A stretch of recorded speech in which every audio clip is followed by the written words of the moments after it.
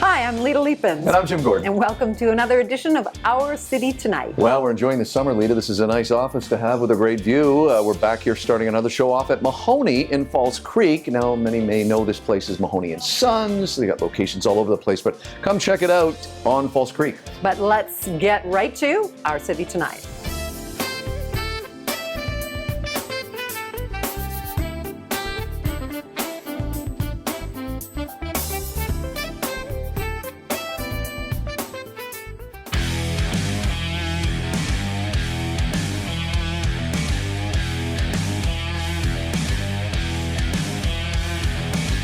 We are here in the Marpole River District, South Vancouver, back at one of our favorite places, Mad Lab Distillery, with our absolute favorite mad scientist, Scott Thompson. Welcome back to the show, Scott. Hi guys, good to see you again. Hey, we were just saying before we went on camera that you have been on a show. This is your third time. I think so. You were on at the very beginning of the pandemic. Yep. Right in the middle of it, and now we're hopefully through the other end, fingers crossed, but it's always good to be with you because you always have some great new cocktails that you want to talk about. We also have some new product. Yep. Let's get to what we have up here first because I really want to enjoy these drinks. And I have to say, all through the 2020 and 2021, alcohol has been very important to so many. It's helped for some, not for everybody, but it's definitely in some areas it can provide a little bit of relief and a little bit of relaxation that we so sorely need from time to time. It's great to have you guys back. And so we're going to talk about our cocktails here. So what we've done is we've done 3 variations on a classic that everybody knows really well, gin and tonics. G&T, everyone, it's a super popular cocktail, but it's getting so hot, so it's nice to throw a couple little more refreshing variations in. Something that's going to be a little bit easier to drink, maybe a little bit crushable when we finally get into those patio season, we start getting outdoors. This heat wave that's kicking in here, we're going to want to cool off a little bit. So I've got 3 brilliant gin and tonic variations for you guys today to try. So what is first? So first thing we have here, this is our cucumber gin sonic. So gin sonic is a gin and tonic. I'm just going to add a little bit of soda water just to lighten it up. And then we're going to add some cucumber and fresh lime to really brighten it and give it that sort of fresh, just crisp finish, super light, super And that's refreshing. your original gin, the Mad Lab. That is, yeah. So that's with our 6 botanical cucumber gin. So we started off with the basic. This is a classic cocktail. It's super easy, super quick to throw together, and just easy to just crush on a patio. You can have as many of those as you like, and it'll keep you a little bit more hydrated than the classic. So. And Scotty, what do we have? Our second drink looks quite delicious. So the second one here, this is using our new gin. We've got our 8 botanical gin, which is a hibiscus and grapefruit infused, so nice and light, fruity. And we're using the Barker and Quinn hibiscus tonic. We've got our botanical gin here, our pink gin, and then we've got a good bit of fresh squeezed grapefruit juice over the top. So again, bright, fresh. That fresh citrus really just opens up the cocktail and just makes it, again, super crushable. You were telling us here you do a lot of experimentation with new cocktails, and I just don't know how you find the time running the place with Pat, and it's like unbelievable. We need a little bit of pressure relief at the end of the day sometimes. So it's like, hey, well, we got to do this cocktail development. It's important. We better do it. If we don't do it, nobody will. So, we kind of use that as a bit of our downtime and simultaneously kind of develop some new cocktails. So. And the next one's very interesting. So this one, this one's a fun one. We call this one the Royal Sangria. So we call this one the Royal Sangria.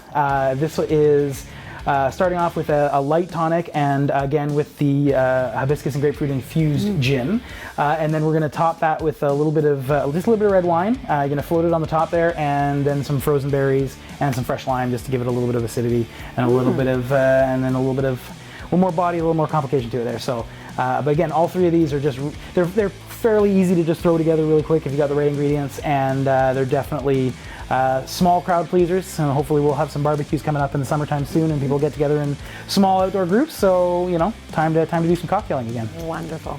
Which we're going to do as soon as the cameras stop rolling. Hey, we're going to come back here to Mad Lab, and we're going to talk desserts. Yes, we've got Pat's going to throw together a couple of delicious cocktails for us. They're a little bit more for the later evening as the temperature drops down a little bit. Something a little bit sweeter, but a real nice treat that I think you guys are going to enjoy. Perfect. Excellent. We'll come back to Mad Lab in just a few moments here on Our City Tonight.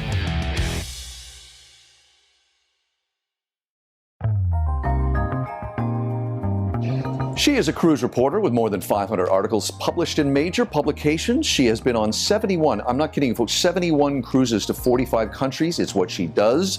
She also has her own news website, which people go to all the time for the latest news. It's called officialcruiseguru.com. It is a great pleasure to welcome our friend, Diane Tierney, joining us from just outside of Toronto in Milton. Di, welcome to the show. Thank you so much for inviting me. Oh, you're quite welcome. Hey, it's you called it Life Jacket Orange we're wearing today. Yeah, don't worry, there's no mustard drill. We don't have time for that in your interview anyway. Okay, hey, lots to ask you about, so let's get right to it. What are cruise lines doing now? Talk about the rest of 2021 for people that love cruises. Well, there are about 142 ships sailing now, or will be by the end of the year. So there's going to be a lot more choice available for anybody who's interested in cruising, as well as the destinations are expanding by the minute. Okay, and where are they going? Are they starting small and then expanding, or are they going everywhere at this time? So Asia had really already been cruising, and then Europe quickly picked up. The Brits out of the UK were sailing out of Southampton. Southampton was looking like the cruise capital of the world for a while. We're all jealous watching that. And then Greece opened up. Malta did. Germany was sailing. Baltic had started sailing Baltic cruises, and even cruises to Iceland. So these were some of the areas that we were watching. And then it moved to the Caribbean very quickly, and a couple of cruises out of there did very well. And then finally in the US, Celebrity Edge was the first ship out of the US to sail. And then the party really got started when Carnival started sailing on July 3rd and July 4th. And these are Caribbean cruises generally. Di, give our viewers an idea of what embarkation is going to look like as we go forward with this new normal. It's very quick. There's lots of documents that you of course have to upload for your registration. But once you're at the cruise terminal, it's a very quick, maybe a PCR test, and you're on board within 30 to 60 minutes. It's good to hear. And talk a bit about a two-parter here for you. On-board experience for the foreseeable future, and talk a bit about the land experience, because any cruise I've been on, and I've been on about a dozen of them over the years, you usually have about 5 or 6 or 7 stops. So, and I'd like to add that the other destinations out of the U.S. that just started is California and Washington. So the onboard experience has been based on the capacity of these ships, which has been very low, 36 to 50% capacity, and also the vaccination rates. So these ships are sailing with 93 to 100% vaccinated passengers. So the onboard experience has been quite normal, really, because of the high vaccination rates, and the only ones that really aren't vaccinated are the children, and there's been very few children on these early cruises. So the onboard experience has been pretty good, except for things like the buffet, which is a really big deal among cruisers. So some ships, it was they were saying no, it wouldn't be self-serve. Our crew would serve you, and yet Carnival, when they launched July 3rd and 4th, they said it's going to be a self-serve buffet, and people were loving that. And then the other thing that's changed is that some venues may only be available if you're vaccinated or not. And some activities might be a case of you're vaccinated or not. Also, the one thing that people will have to get used to is about booking. We've always been used to booking restaurants and spa treatments, but now you're going to have to book things like activities, right, and attending venues and shows.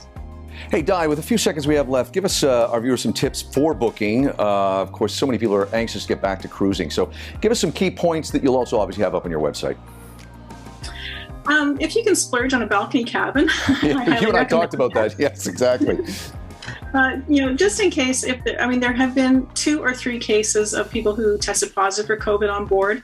It was so well managed, which shows that the cruise lines have really got this down now that, they were isolated, and then other members were tested, and that family was flown home. So I would, if you test positive, I would think it'd be, if you were isolated in a balcony cabin, that would be a much more palatable experience. Right. Of course, all your documents have to be ready, and also be prepared for and check what destinations that your cruise that you're interested in is going to, because the rules are different in every country, and this can affect the shore excursions, whether they allow you to wander off a ship or whether you have to book a safe bubble tour. Hey, that's great info, Di. And of course, more of Diane's updates, all the info you'd want at our website, Official Cruise Guru. We will have all her information, again, the website, in our closing credits. Di, it's great to finally have you on the show. I know people are big fans of cruising and they're anxious to get back. And I want to thank you for making Life Jacket Orange very popular once again on our show. Thanks so much for inviting me on. You're quite welcome, Di. We wish you great sailing. Thanks a lot. Thank you.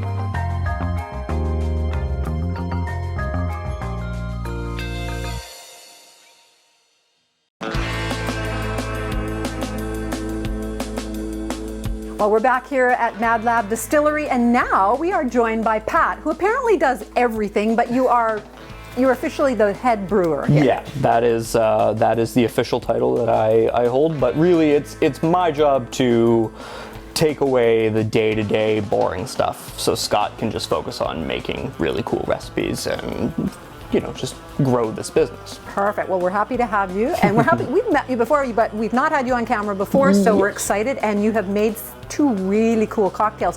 One of them is with one of your brand new products. Yes, we do have a brand new product. It's this guy here, Dr. Thompson's Sarsaparilla Schnapps. I love it. Yeah, we decided to take the classic root beer schnapps and throw a little bit of that old school like snake oil vibe on it, and it's really, really nice. Got a great complexity, a lot of that classic sarsaparilla character, which is very, very nice. Nice. And I hear that you've written the back of that, the explanation. Yep. So definitely grab that and read that. That it's amusing in itself.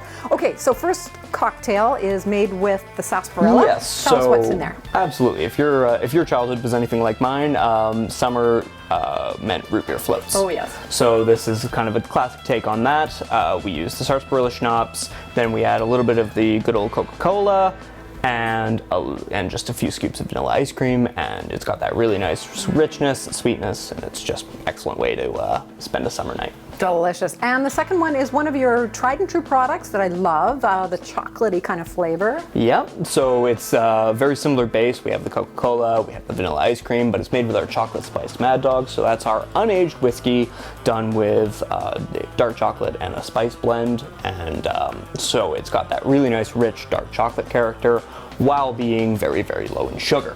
So that's a great option for lots of people. Definitely. I've tried that before and it's awesome. And even as a non-whiskey drinker, I could drink a whole bottle of that. Absolutely. Thanks, Pat. Those look absolutely delicious. And we're going to be back here at Mad Lab Distillery later on in the show to wrap things up with Scott, the mad scientist.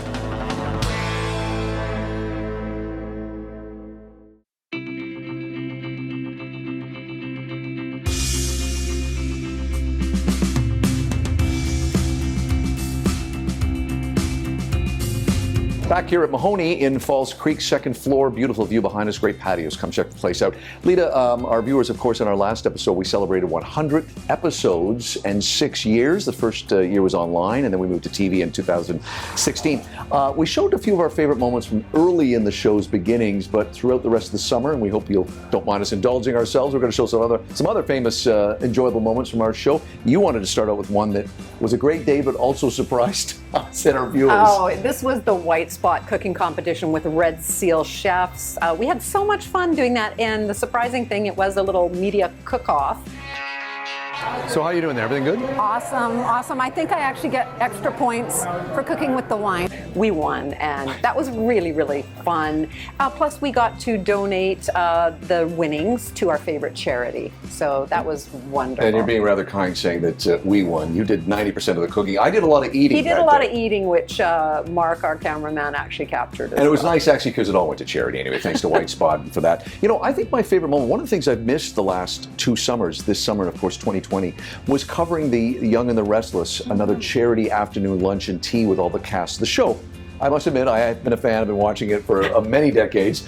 And it was always great because every July for the last decade or so, I could count on going and doing the interviews. But we have covered this great event with these stars from The Young and the Restless over the last 5 years of our show. So we're looking at some clips here. It was great to talk to these actors because they give their time, they come up. It's a great afternoon for the fans, and it's a great charity driver as well. So that was a lot of fun doing that. Hopefully next year, 2022, and Jim, we're back. we want to do a little shout out to a lot of our long-term, very steady, loyal sponsors. Yeah, absolutely, Lita. Just starting with some of the ones where you'll see on the screen here, Chris Smith from Detco, who's been a great guy to have on talking about financial advice, which has been great. Also, Sasha and James at the New Zealand Trade and Enterprise. They have been wonderful to work with over the last year. You've seen many of their New Zealand Spotlight segments. You, of course, have a bunch of people you want to. We've written them all down here so we can see. Definitely Bobo's Philosophy Hair Salon. I've been with him. We were figuring out 20 years actually, but he's been our great stylist on the show, and thanks to Bobo. We love him very much. I also want to thank Brittany Ivins, who's been on our show a number of times, kind of our makeup and skincare experts and lifestyle, does a lot of stuff for that, thanks to her. Thanks to Harbier Sayan, who has been with us since the very beginning. He's our eye specialist. We wear his product. Love Dr. Harbier. And one of your dearest friends I met through you is Harry Hertzcheg. We should mention him as well. We love working with Harry. Lots of wine sampling going on with him. Harry is the executive director of the Vancouver International Wine Festival. And we should say, we hope to be back doing events, but events were a big part of our show the first 5 years, and our last event was with him early March of 2020, and then of course COVID came. I also want to thank Alan Chan, who's been helping us with the Moments in Diversity segments. They're interesting segments to shoot. They're different from a lot of what we do on the show, but it's important to have other voices speaking. We also have some people that are very close to us. We want to thank, of course, the guy that's on the other side of this camera, our wonderful cameraman, editor Mark, who is tirelessly, Mark makes us look good. Thank you, Mark. Well, as good as he can. And what people may not realize at home, this is a great backdrop to have, but the lighting setup for this is extensive. So, Mark, we appreciate all that you do. Also, to our dear friends and production partners at Hubcast, Peter Delan, of course, Adam, Christian Jordan, they're all there. We couldn't do the show without you. And we must say, and I'm a little biased because she is my darling mother, but we must thank Florence Gordon, who is our, we like to call her just our money person. She's the person that helps us with the accounting and deals with the CRTC and contracts and everything. She's a great partner. Yeah, she does a lot of stuff on her own. We're lucky to have her doing our stuff. So thanks to all those people. And we should also thank a new friend. Well, I've known the guy a long time, but shooting here at Mahoney, thanks to Pete Mahoney, one of the owners. They've got a great history. We're going to turn the camera around from here and go in and sit at the bar and talk to Pete Mahoney.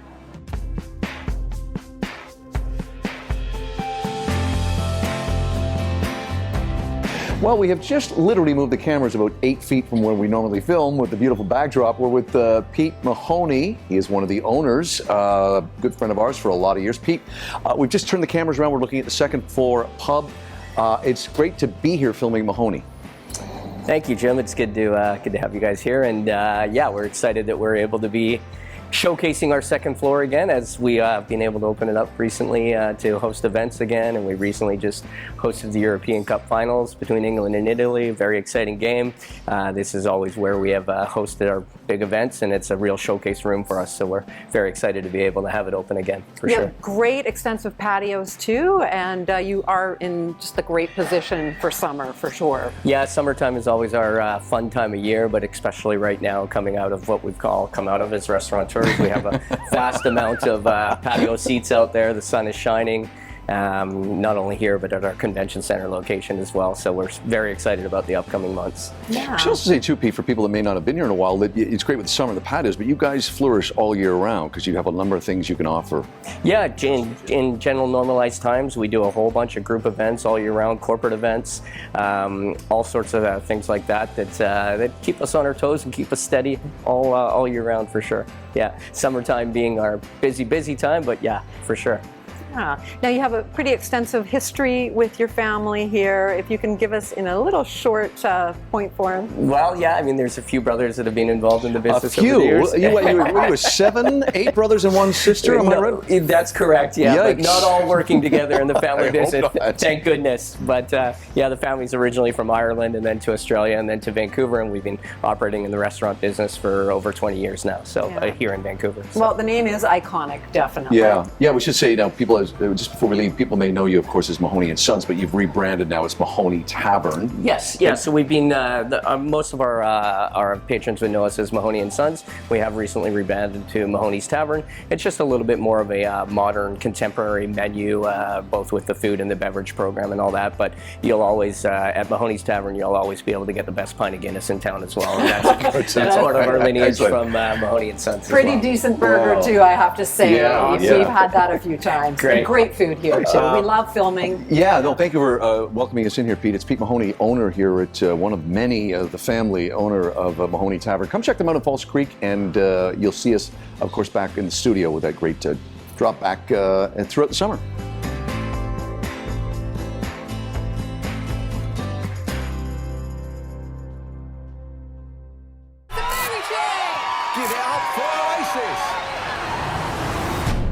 You're looking at a scene from the new film called Creation Stories. It's a biopic about Alan McGee and Creation Records, the film adapted from his 2013 autobiography of the same name. The movie on digital and VOD here in Canada, July 20th. Great pleasure to welcome Alan McGee to our city tonight. Alan, welcome. How you doing, man? Great to have you, coming to us from Wales. You and I are in pretty much the same age category, so for me it was a great thrill to see you go through your journey with the music and so many great bands and music that you brought to people. You're the first person in all my years of doing this where I'm interviewing somebody about a movie that's about them. How did it feel actually watching your life story, warts and all, on the screen? I mean, it's not particularly factually correct. I did sign Oasis, but I never missed a train, etc. I could run you right through it.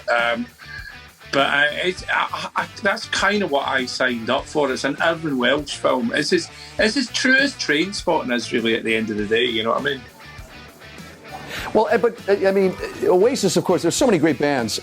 Jesus and Mary Chain, Primal Scream, My Bloody Valentine. And of course, Oasis does play a big part in this. And I do, whether it's fictional or not. I mean, 2 years ago, right around now, I'm actually in the King Tut drinking, filming, talking to the people there, talking to the local historians. And Oasis, despite the fact that everybody has played that little bar, restaurant, club, Oasis is the big story of that. So you didn't miss the train, but you were there that night. They played for about 20 people, yeah? Was it even 20 people, my friend? It was about 12 people. Do you know what I mean? It was literally, they were the fourth band in the bill. They weren't advertised. They sort of intimidated the security and bullied their way on. And I mean, as luck would have it, I suppose you do make your own luck in the music game. So, you know, on a Sunday night, bank holiday Sunday, I actually was at a gig. But, you know, I was there at the end of the day. It was a kind of fluke that I was there. It was more than a fluke. It was just, it was beyond a fluke I was there.